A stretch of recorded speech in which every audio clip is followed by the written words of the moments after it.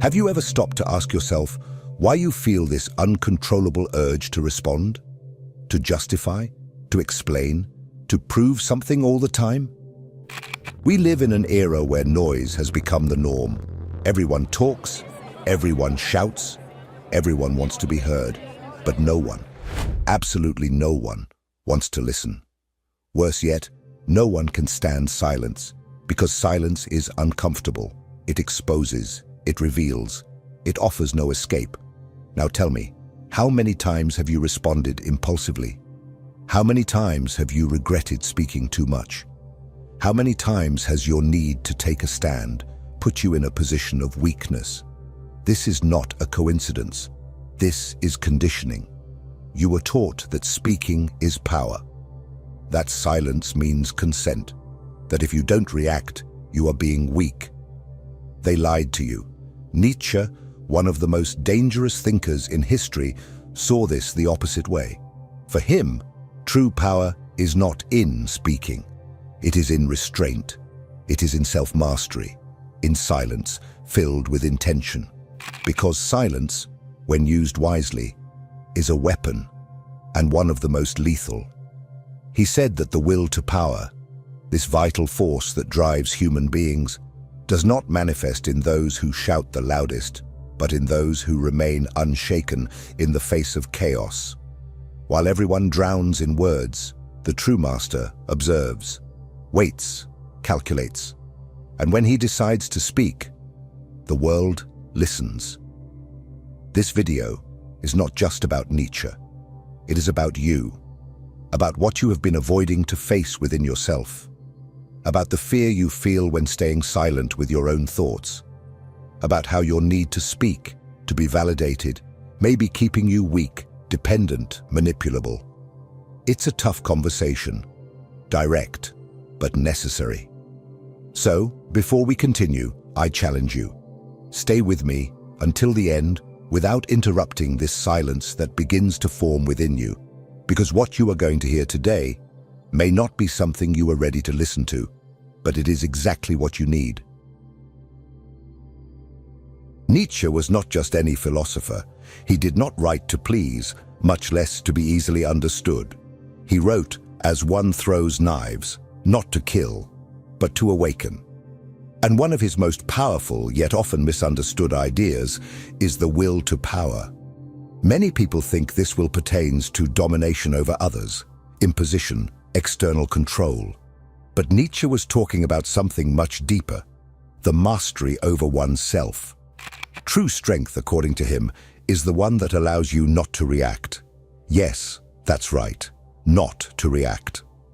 The modern world associates power with quick action, immediate response, constant readiness. But Nietzsche knew that this is merely a reflection of an enslaved mind, dominated by impulses, by the need to prove one's worth in the eyes of others. The true Übermensch, the overman, is the one who has transcended this compulsion.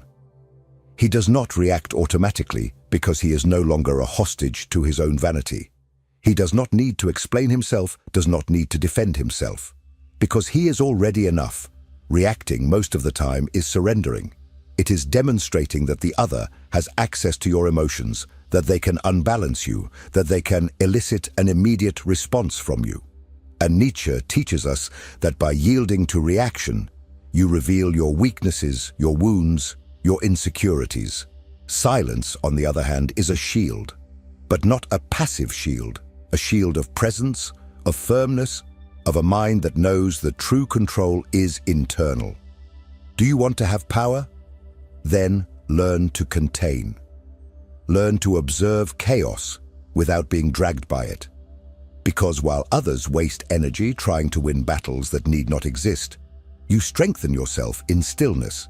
And it is in this space of containment, where impulse is mastered, that true power is born. But this raises an uncomfortable question. Why do we have such difficulty remaining silent?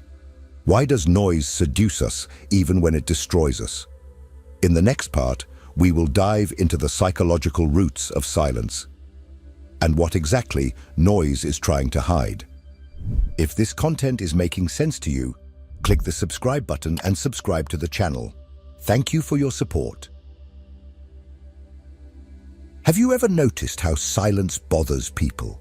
How, in a conversation, a simple longer pause creates discomfort? How the sound of nothing becomes unbearable when we are alone with our own thoughts? This is not by chance. Silence has a brutal psychological power. It reveals. And human beings, deep down, are terrified of what can be revealed when everything around them falls silent. In the absence of noise, there is no distraction. Without distraction, what you hide from yourself begins to emerge. Your insecurities, your fears, your guilt, your frustrations. Everything that daily noise helps to push under the rug. Talking too much, being constantly busy, reacting all the time, are forms of anesthesia, and you don't even realize it. Modern psychology explains that our minds have been shaped to flee from emotional discomfort. We react, we talk, we fill every space with words, music, notifications, anything that keeps us away from the abyss of inner silence. Carl Jung once said, "What you resist persists." And what do we resist the most? Confronting our own emptiness. Nietzsche knew this. He understood that modern humanity is sick, not from an excess of pain, but from an excess of distraction, from being lost in empty discourse, in cheap opinions, in ego battles that serve only to feed a superficial identity. And silence, it breaks this illusion. It forces you to face who you really are without the veneer of words. That's why true silence, the kind that comes from awareness, is so powerful. It demands courage. Being silent is not passivity. It is resistance. It is rebellion against a world that has taught you that value lies in what you say, not in who you are. Silence breaks this cycle. It paralyzes the social game. It returns your sovereignty over yourself. But here's the key. Silence, by itself, is not enough. It needs to be directed, channeled. It needs to be strategic. In the next part, you will understand how silence can be used as a weapon, not to attack, but to dominate, to conquer. It's time to learn the power of strategic silence.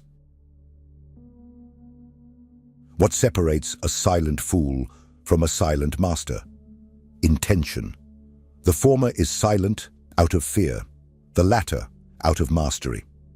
And here lies one of the harshest truths about power. Those who do not master their own silence will never master anything. Nietzsche did not see silence as an escape. For him, being silent was a movement of superiority, a form of affirmation of the will to power. The silence of the Übermensch, the overman, is not timid, not withdrawn, and certainly not insecure. It is calculated. It is a tactic. He does not fall silent out of submission, but because he has already understood that those who talk all the time are selling themselves cheap, and those who react too quickly reveal their own emotional map to the enemy. Let's be clear. In a confrontation, those who speak the most are at a disadvantage. They are explaining too much, justifying too much, showing too much. Silence, when used precisely, becomes a mirror. The other begins to speak for you, to project, to destabilize themselves. They try to fill the void with words, but all they manage to do is reveal their own fragility. Have you ever seen a leader who doesn't need to raise their voice, yet still dominates the room? Have you ever been in front of someone who, with a single glance or a prolonged silence, made you rethink everything you were about to say? That is the power of strategic silence. It creates tension. And tension is the territory of influence. You don't need 1,000 arguments when you master the time and space of a conversation. When you control the rhythm, when you decide when to speak, and most importantly, when not to speak. In social psychology, this is known as non-verbal status communication. Individuals with a greater perception of power speak less, take longer pauses, and measure each word as if it were gold. Because it is. They do not try to convince, They make others doubt themselves. This is not a gift. This is technique. And Nietzsche understood this intuitively. Silence is not absence. It is amplified presence. But for this weapon to work, you need something prior, a firm foundation, a space where silence is not empty, but dense. And this only arises in one place, in conscious solitude. In the next part, we will explore why solitude is not the enemy of the strong human being, but the cradle of their transformation, and how silence truly becomes powerful when it arises from an internal and impenetrable place. Most people fear loneliness as if it were a sentence. They avoid it, disguise it, anesthetize it. They fill every minute with stimulation, every space with company, every silence with noise. Because being truly alone means facing oneself without distractions. And this, for many, is unbearable. But Nietzsche saw loneliness through a different lens, not as punishment, but as a privilege. As a sacred space where the spirit strengthens, where individuality ceases to be a draft and begins to become a masterpiece. He who cannot endure solitude does not love freedom, he wrote. And that phrase cuts deep, because deep down, everyone claims to want to be free. But freedom requires a strength that few are willing to develop. The ability not to depend on the validation of others to exist. The courage to be whole, even in the absence of witnesses. The silence that arises from voluntary solitude is not empty. It is alchemy. It is in this space that you begin to hear something that the rush of life never allowed you to. Your own voice, your true needs, your unresolved anxieties, your deepest desires. Everything that routine has stifled, everything that society has stifled, everything that you yourself have avoided. Loneliness is the laboratory where the true self begins to emerge, stripped of masks, disconnected from external expectations. Nietzsche believed that the superior spirit is recognized by its ability to endure isolation. Because in isolation, it does not break, it reveals itself. It does not weaken, it reconstructs itself. The ordinary man flees from loneliness because it confronts him with his own internal chaos. The strong man seeks it because he knows that only by diving into this chaos does he discover inner order. And there is a crucial detail. It is from this solitude that strategic silence, the one we spoke of earlier, gains real density. Because it is not just about being silent to appear powerful. It is being silent because you have already won within. Because there is no longer desperation for acceptance, for visibility, for response. Silence now is not a shield, it is an extension of your presence. But there is something even deeper. Silence, when it comes from conscious solitude, not only protects, it heals, it cleanses, it removes what is unnecessary, dissolves what was trapped, reveals what was hidden. It makes everything that is noise die from exhaustion. However, there is a point where this force intensifies even more, when silence becomes not just a refuge, but a language. A silent scream that echoes louder than any word. In the next part, we will explore why silence at certain moments speaks louder than any speech, and how to make it your most powerful message. If what you're hearing resonates with you, you'll find real value in my ebook, Beyond the Shadow. It breaks down Jung's core ideas and gives you tools to understand yourself more deeply. Link is in the pinned comment.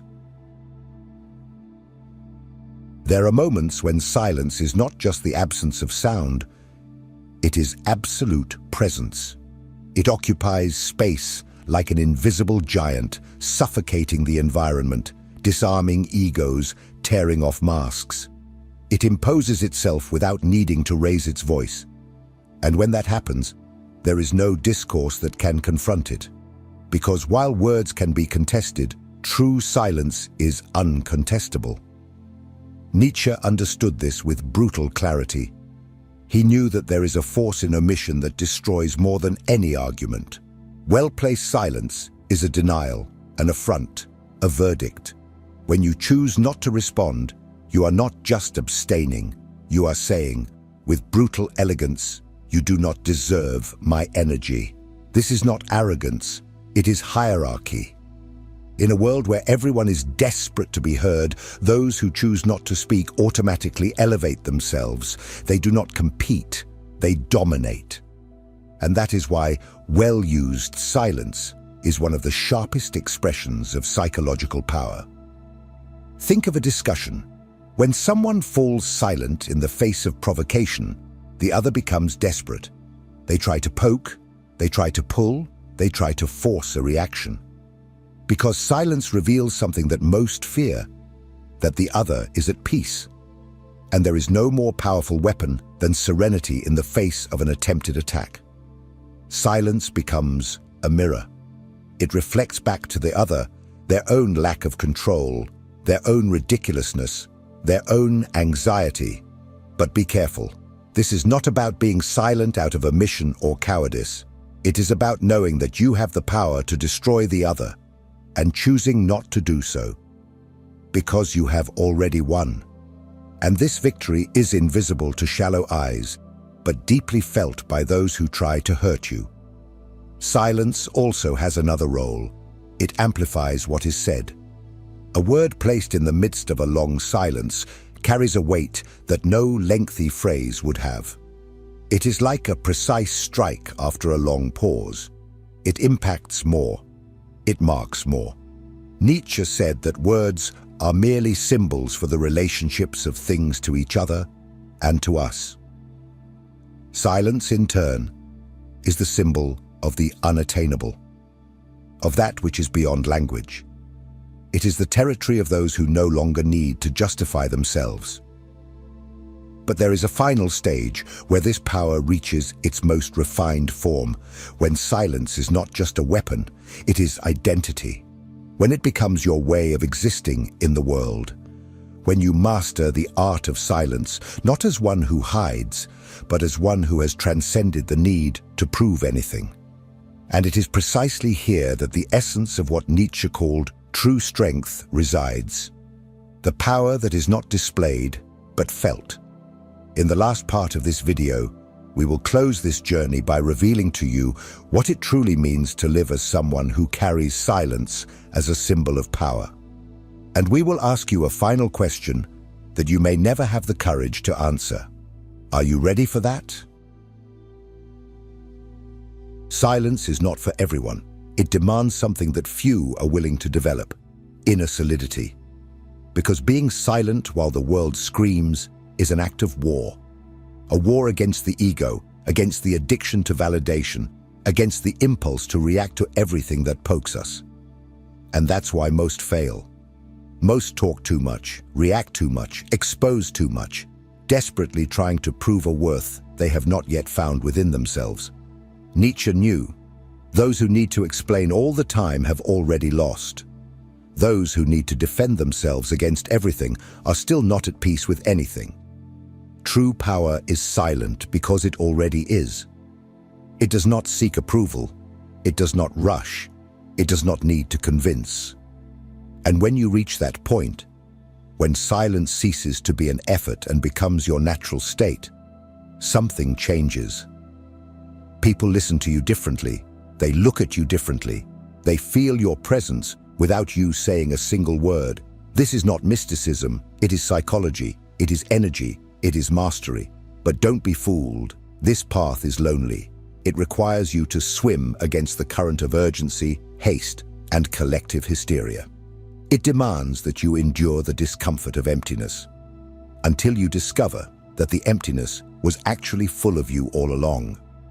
And that's when everything changes. You stop reacting impulsively and start acting with intention. You speak less, but when you do, you change the environment. You stop chasing being heard because you understand that those who have something truly to say do not need to chase an audience. Now tell me, will you continue to get lost in the noise, Or will you learn to use silence as a weapon? Will you keep giving your power to anyone who provokes you? Or will you regain control of your own mind? If this video challenged you, if it made you confront something within yourself, I want you to comment down below. I choose silence. Just that. Those who understand will know. Those who do not understand, it doesn't matter. And if you are ready to continue this transformation, don't stop here. The next video is also important, much more than you imagine, because your evolution does not wait, and the world needs your strength in silence.